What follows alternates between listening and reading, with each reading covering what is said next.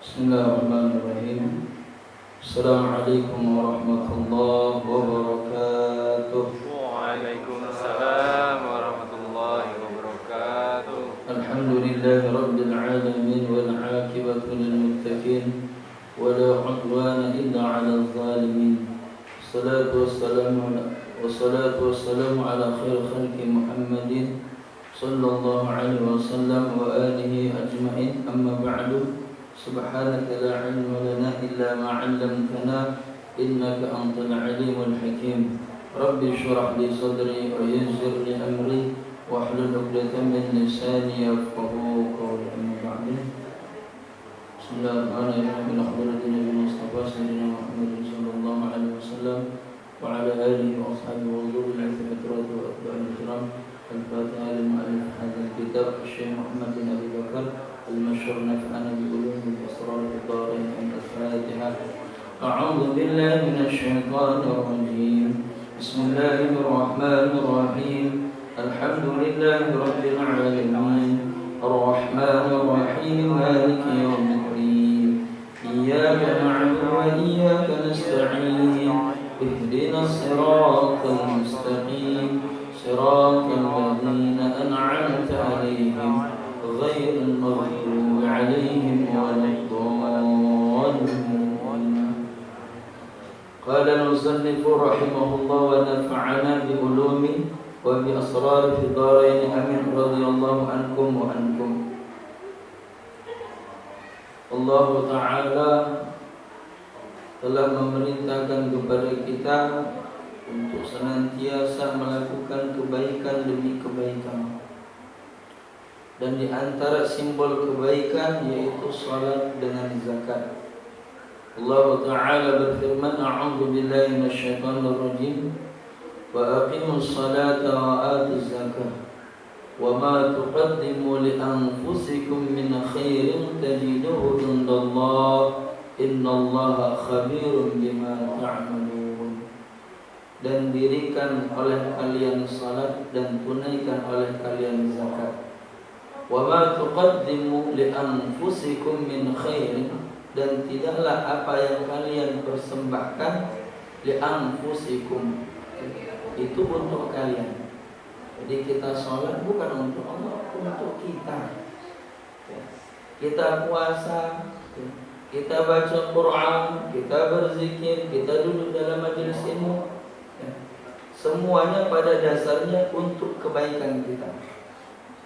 Allah Ta'ala hanya memerintahkan, dan ketika hambanya mengikuti perintah Allah, berarti dia benar-benar mengesahkan Allah. Tapi sekali lagi, kebaikan-kebaikan yang kita lakukan, semua itu pada dasarnya bukan untuk kebaikan Allah, tapi untuk kebaikan kita. Wa ma tuqaddimu li anfusikum min khairin tajiduhu indallah, yang nantinya kalian akan dapatkan nih balasan sholat berjamaah, ini balasan baca Al-Quran, ini balasan duduk dalam majelis ilmu, ini balasan bersedekah, ini balasan ini mengeluarkan zakat. Nanti kita akan dapatkan kebaikan-kebaikan yang kita lakukan semasa dunia, nanti kita akan dapatkan. Innallaha khabirum bima ta'malun, dan sesungguhnya Allah Ta'ala menghabarkan, memberikan kabar setiap apa yang kita perbuat. Maka makna daripada ayat ini adalah memerintahkan kepada kita agar melakukan banyak kebaikan. Tapi sekali lagi, simbol kebaikan adalah sholat dan zakat. Karena seseorang setinggi gunung kebaikannya tapi enggak sholat, kal khaba'il mansur, bagaikan debu yang ditiup.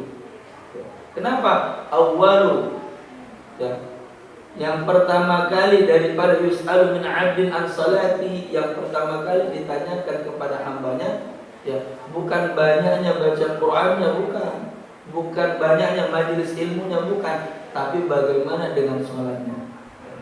Jadi kalau kita banyak kebaikan, setinggi gunung kebaikan kita, tapi sholat kita acak-acakan, ini bahaya. Karena yang pertama kali ditanyakan adalah sholat kita. Dan seseorang dikatakan tidak sempurna sholatnya jika dia tidak mengeluarkan zakatnya. Ini tentunya dikhususkan bagi yang memiliki kemampuan. Ya. Karena Pak Mukarram, antara sholat ini bagaikan rantai yang terikat. Jadi kalau dia sholat mesti dia zakat. Kalau dia sholat, tapi dia punya kelebihan harta nggak keluarkan zakat, ini dikatakan kadzab. Ini bagaikan seorang pendusta. Ya. Dia sholat tapi dia nggak menunaikan zakat. Ada 3 yang tidak bisa dipisahkan. Pertama, aqimus shalah wa atuz zakat. Yang kedua, birrullah wa birrul walidain. Yang ketiga, ati Allah wa ati Rasul. Jadi ada 3 perkara yang tidak dipisahkan. Taat kepada Allah, mesti taat kepada Rasulullah. Kalau ada orang, saya ikut perintah Allah saja, terus ajaran Rasul saya nggak mau ikut, ini bohong taatnya. Yang kedua, sholat, sedangkan dia memiliki kemampuan dalam harta, nggak mau keluarkan zakat pun, ini sholatnya dikatakan bohong. Dan yang ketiga, taat kepada Allah tapi bermaksiat kepada orang tua. Sama Allah benar dia ibadah, cuman sama orang tua dia durhaka, ini pun bohong ketaatannya. Jadi 3 ini nggak bisa dipisahkan. Ati Allah wa ati Rasul. Karena wawunya waw ma'iyah. Kalau dalam uslub balaghah, ilmu sastra Arab, kalimat waw di sini ini bagaikan rantai. Jadi diikat. Ikatannya taat sama Allah, taat sama Rasul. Kemudian yang kedua, ikatannya mendirikan sholat, menunaikan zakat. Yang ketiga, berbuat baik kepada Allah, begitu juga mesti berbuat baik kepada orang tua. Jadi ini, maka sholat dan zakat dikatakan simbol kebaikan. Di dalam tafsirnya dikatakan seakan-akan Allah Ta'ala ingin mengatakan kepada kita semua, kalau sholat itu dan zakat itu bagaikan kepalanya kebaikan. Nah, adapun baca Qur'annya, majelis ilmunya, majelis zikirnya dan lain sebagainya, itu bagian dari kebaikan-kebaikan itu sendiri. Dan diantaranya rahmah, di antara kebaikan yang Rasulullah SAW ajarkan kepada kita, yaitu bersifat kasih sayang. Apa kata Rasul? Ar-rahimuna yarhamukum ar-rahman. Irhamu man fil ardi yarhamukum man fis samai. Sesungguhnya orang-orang yang memiliki sifat penyayang, sifat pengasih, itu akan disayangi, akan dikasihi oleh Zat Maha Penyayang dan Zat Maha Pengasih. Siapa? Allah. Jadi kalau punya sifat penyayang akan disayangi sama yang Maha Penyayang. Maka karena itu irhamu man fil ardi, sayangi oleh kalian apa saja yang ada di muka bumi ini, yarhamukum man fis samai, akan menyayangi kalian apa-apa yang ada di langit. Apa maksudnya? Kita menyayangi enggak dibatasi dengan hanya sesama muslim saja. Bahkan kepada orang kafir pun kita harus berkasih sayang. Bahkan kepada hewan pun kita harus berkasih sayang. Bahkan kepada makhluk pun itu juga kita harus berkasih sayang. Itu ajaran baginda Muhammad sallallahu alaihi wasallam. Bahkan kita kalau punya hewan ternak di rumah, entah itu burung, entah itu ayam, entah itu ikan, ya, kalau kita kasih makan, niatkan bentuk daripada rahmat kita, sayang kita, dan sedekah kita, itu dalam catatan Allah, sekalipun itu hewan peliharaan kita, terhitung kita berkasih sayang dan bersedekah, sekalipun itu kepada makhluknya Allah, bentuknya hewan. Atau seperti tumbuhan seperti ini, kita guyur ini air, itu terhitung sedekah gitu. Jadi gitu. Kenapa? Karena ajaran Rasulullah SAW adalah mengajarkan kita berkasih sayang.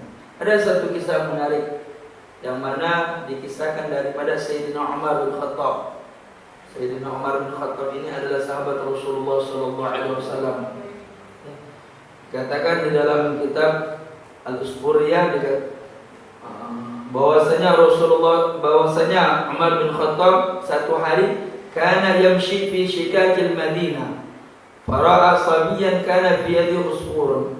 Jadi satu hari Sayyidina Umar bin Khattab itu berjalan-jalan di pasar Madinah.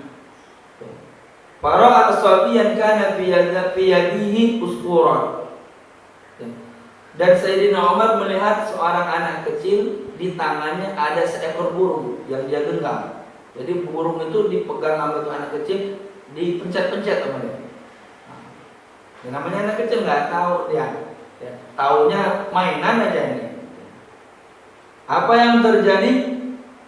Ketika itu Sayyidina Umar melihat keadaan seperti itu, bahkan farahim Umar dzalikal usbur.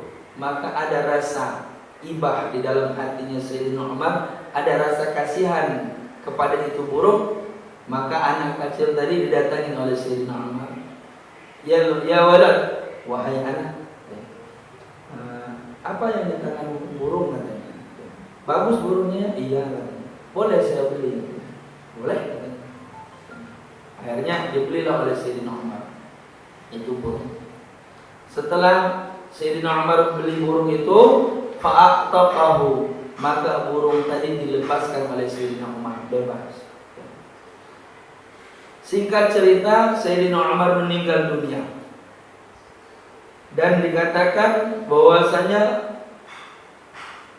ra'ahul jumhur fil manam. Banyak di antara sahabat-sahabat, para ulama yang berjumpa dengan Sayyidina Umar di dalam mimpi mereka. Fasa'alu an halihi, maka mereka bertanya kepada Umar tentang bagaimana keadaannya di alam kubur.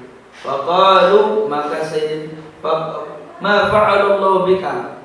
Mereka tanya, apa yang terjadi denganmu Umar di dalam kubur?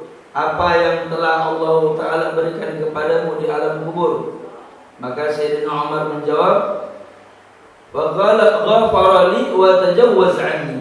Allah Ta'ala sudah ampunkan dosa-dosaku, dan Allah Ta'ala sudah bebaskan aku daripada uqbah, daripada hukuman. Farahimani, dan Allah telah menyayangi aku. Kemudian mereka bertanya, ya, bi ayyi syai', sebab apa Umar engkau disayangi oleh Allah, engkau diampunkan dosanya oleh Allah, dan Allah bebaskan engkau daripada hukuman-hukuman, daripada azab kubur? Mereka bertanya, apakah disebabkan karena kedermawananmu? Sayyidina Umar bin Khattab ini terkenal dengan dermawan.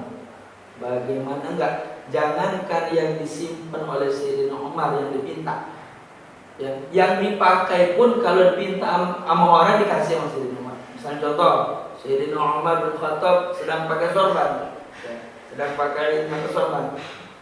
Kemudian ada sahabat lain melihat, wah itu sorbannya baru. Bilang sama Sayyidina Umar, ya Umar, boleh nggak itu sorban buat saya? Dikasih Sayyidina Umar. Apalagi yang disimpan, yang dipakainya saja dikasih sama Sayyidina Umar. Maka terkenal Sayyidina Umar ini dengan orang yang dermawan. Au bizuhdika, ya, atau disebabkan karena kezuhudanmu. Sayyidina Umar ini terkenal dengan zuhud. Zuhud itu hubbul akhirah wa tarkud dunya. Cinta akhirat, tinggalkan dunia. Bagaimana tidak? Sekelas presiden, sekelas raja, ya. Tapi bagaimana Umar ketika disamperin sama utusan dari Romawi yang minta damai, karena ini udah ada desas-desus kalau umat Islam akan menyerang Roma. Maka datanglah utusan dari Roma ingin bertemu dengan Sayyidina Umar, pengen berdamai. Diminta sama mereka, tunjukkan kepada kami pemimpin kalian. Mereka dalam pikiran mereka seorang raja mesti tinggal di istana yang megah, ya, dengan makanan yang lengkap, ya, dengan pelayan-pelayan yang itu apa, yang siap melayani setiap saat. Ternyata apa? Ketika ditunjukkan Sayyidina Umar bin Khattab sedang tidur di bawah pohon kurma dengan beralaskan ikat yang keras. Subhanallah. Nyenyak tapi tidurnya, ya, zuhud Sayyidina Umar bin Khattab. Bahkan dalam satu riwayat di kitab Syama'il, Sayyidina Umar cuma punya 2 baju. Kalau dia pakai itu baju, ya, satu baju itu disimpan sama dia. Kapan kotor, buru-buru dia cuci pakai baju yang baru. Cuma 2 baju. Ya, mengikuti daripada Rasulullah SAW. Maka terkenal dengan zuhud. Nah, sahabat mereka bertanya, apakah sebab karena kezuhudanmu wahai Umar? Ternyata bukan juga. Au bi'adlika, atau terkenal dengan keadilanmu. Umar bin Khattab ini orang adil. adil-adilnya orang. Al-amru bil ma'ruf wan nahyu 'anil munkar itu terkenal dengan sematan kepada Sayyidina Umar bin Khattab. Bagaimana enggak Sayyidina Umar bin Khattab, "Lau syaraka ibni," kalau sekiranya yang nyolong itu anak saya, faqata'tu, maka sungguh aku akan potong tangannya. Subhanallah. Nggak pikir dia mau anak dia, mau istri dia, mau keluarga dia. Kalau yang melakukan kesalahan itu mau yang melakukan kesalahan itu sekalipun anak dia tetap akan laksanakan hukum Allah. Terkenal Sayyidina Umar dengan adilnya. Ternyata apa? Dijawab oleh Sayyidina Umar bin Khattab, "Falamma wada'tumuni fil ghabri," ketika kalian letakkan jasadku di dalam kubur, "wasatartumuni biturab," kemudian kalian timbun dengan tanah, tutupi dengan tanah, "wa taraktumuni wahidan," kemudian kalian tinggalkan aku dalam keadaan sendiri, "fadakhala alayya malakan," datang kepada saya dua malaikat, mahiban, yang dua malaikat ini memiliki kewibawaan yang besar, dan wibawanya dua malaikat ini tara akli, menyebabkan akalku hilang, warta'addat mafasili, dan menyebabkan setiap sendi-sendiku dan tulang-tulangku menjadi terputus. Saking menyeramkannya, menakutkannya, dua malaikat ini sekelas Umar bin Khattab itu bisa hilang akal, bisa gemeteran, dan gemeterannya seakan-akan membuat sendi-sendinya terputus dari satu ke satu, dari satu ke yang lainnya. Padahal Sayyidina Umar bin Khattab ini terkenal dengan sahabat yang luar biasa. Jangankan manusia, setan aja takut sama Sayyidina Umar bin Khattab. Idza masya Sayyidina Umar min fajjin, wa masya syaitan min fajjin akhar. Kalau lewat Sayyidina Umar di jalan satu, maka setan bakal milih jalan yang lainnya. Kenapa? Nggak berani ketemu sama Umar. Setan nggak berani ketemu sama Umar. Tapi subhanallah, ternyata kapan didatangin dua malaikat ini, Sayyidina Umar seakan gemeternya, seakan-akan terputus urat-urat sendinya. Siapa? Dua malaikat yang maksud, malaikat Munkar dan Nakir. Ajlasani, mendudukkan aku dan akan bertanya, siap-siap bertanya kepadaku tentang siapa Tuhanmu dan lain sebagainya. Ketika itu aku ketakutan. Tapi baja asad min jibali rahman, datang seruan daripada arah Allah Ta'ala. Datang seruan yang datangnya dari Allah Ta'ala, yang mana mengatakan kepada dua malaikat tadi, "Utruka abdi," tinggalkan oleh kalian berdua hambaku. Fa inni ghafartahu, sesungguhnya aku telah ampunkan dia punya dosa. Wa tajawwaztu, dan aku sudah bebaskan dia daripada hukuman. Wa rahimtahu, dan aku sudah menyayanginya. Sebab karena rahimakus furan, menyayangi seekor burung. Subhanallah. Bukan karena zuhudnya Umar, bukan karena adilnya Umar, bukan karena kedermawan Umar. Ternyata apa? Ada sifat rahmah di dalam hati Umar ketika melihat seekor burung yang sedang tersiksa dimainin sama anak bocah, dibebaskan sama dia, dan itu yang menyebabkan Allah Ta'ala menyayanginya dan membebaskan dia daripada hukuman-hukuman. Artinya apa? Hikayat ini mengingatkan kita tentang jangan menganggap enteng kebaikan, sekalipun kebaikan itu kecil. Karena kita nggak tahu. Kita akan berpikir kalau kita sempurnanya udah sholat. Emang pernah seumur-umur hidup kita sholatnya seperti sholatnya Sayyidina Ali bin Abi Thalib, ditusuk nggak kerasa. Kita digigit nyamuk aja menjerit-jerit kita. Sibuk kita digigit nyamuk. Seumur-umur hidup kita belum pernah merasakan sholat khusyuk. Kalau sholat kita yang akan menyebabkan kita masuk surganya Allah, kayaknya belum bisa, belum yakin kita. Kenapa? Karena sholat kita belum khusyuk. Begitu juga dengan amalan yang lainnya. Kita berharap daripada haji kita, ada jaminan kalau haji kita yang kita lakukan itu mabrur. Terkadang kita haji pengen dipanggil Pak Haji, ya. Atau melakukan banyak perkara-perkara yang membatalkan daripada pahala haji. Seperti diantaranya berdebat, bertengkar, atau ra'al maksiat, melihat asik melihat maksiat, itu bisa membatalkan pahala haji sekalipun kita lagi haji, ya. Jadi kita nggak punya kebaikan yang kita bisa jadikan jaminan untuk masuk surganya Allah, untuk meraih ridhonya Allah. Karena itu jangan berpuas untuk melakukan kebaikan-kebaikan. La tahqiranna minal ma'ruf. Jangan kalian anggap enteng, kata Rasul. Kebaikan walau an tulqa biwajhin taliqin li akhika. Sekalipun itu kebaikan bentuknya cuman senyum kepada saudaramu. Karena ada orang masuk surga disebabkan karena senyum. Sholatnya nggak diterima oleh Allah, baca Qur'annya berharap didengar oleh orang banyak, sum'ah. Ya. Kalau melakukan kebaikan pengen dipuji-puji dan lain sebagainya. Kebaikan-kebaikan yang besar nggak diterima oleh Allah. Ternyata apa? Ada kebaikan yang kecil, ya, yang dianggap enteng, ternyata itu yang memasukkan ke surganya Allah. Apa? Satu hari dia lewat depan rumah orang, ya, dia sapa orang, assalamualaikum, senyum ikhlas. Orang tadi yang tadinya pusing jadi hilang pusingnya, ya. Tapi utangnya masih tetap. Pusingnya aja hilang karena disenyumin, dan senyumnya ikhlas.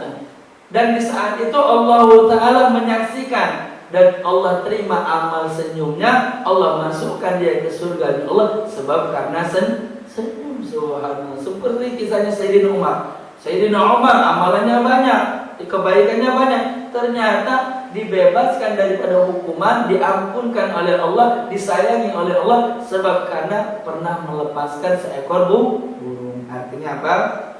Nah, di sini fa idza faradta famsad. Jika kalian selesaikan kebaikan satu, maka ikuti dengan kebaikan-kebaikan berikutnya. Mudah-mudahan Allah Ta'ala akan memandang kebaikan yang kita lakukan, dan saat itu Allah Ta'ala terima, dan di saat itu kita meraih ridhonya Allah, dan Allah Ta'ala masukkan ke surganya. Wallahu a'lam bishawab. Kita cukupkan dengan kafaratul majlis. Ada tanya jawab? Nggak ada ya?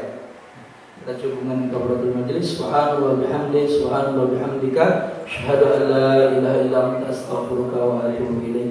Mudah-mudahan duduknya kita dalam majelis ilmu ini Allah Ta'ala jadikan pahala bagi kita, ampunan atas dosa-dosa kita, Allah mudahkan setiap urusan kita, Allah kabulkan setiap hajat kita, Allah kumpulkan di dunia bersama orang-orang saleh, Allah kumpulkan di akhirat bersama para kekasihnya Allah, di surganya Allah. Amin amin ya rabbal alamin. Apabila ada kata-kata yang salah dan perasaan, mohon maaf kepada Allah, mohon ampun. Wabillahi taufiq wal hidayah. Assalamualaikum warahmatullahi wabarakatuh.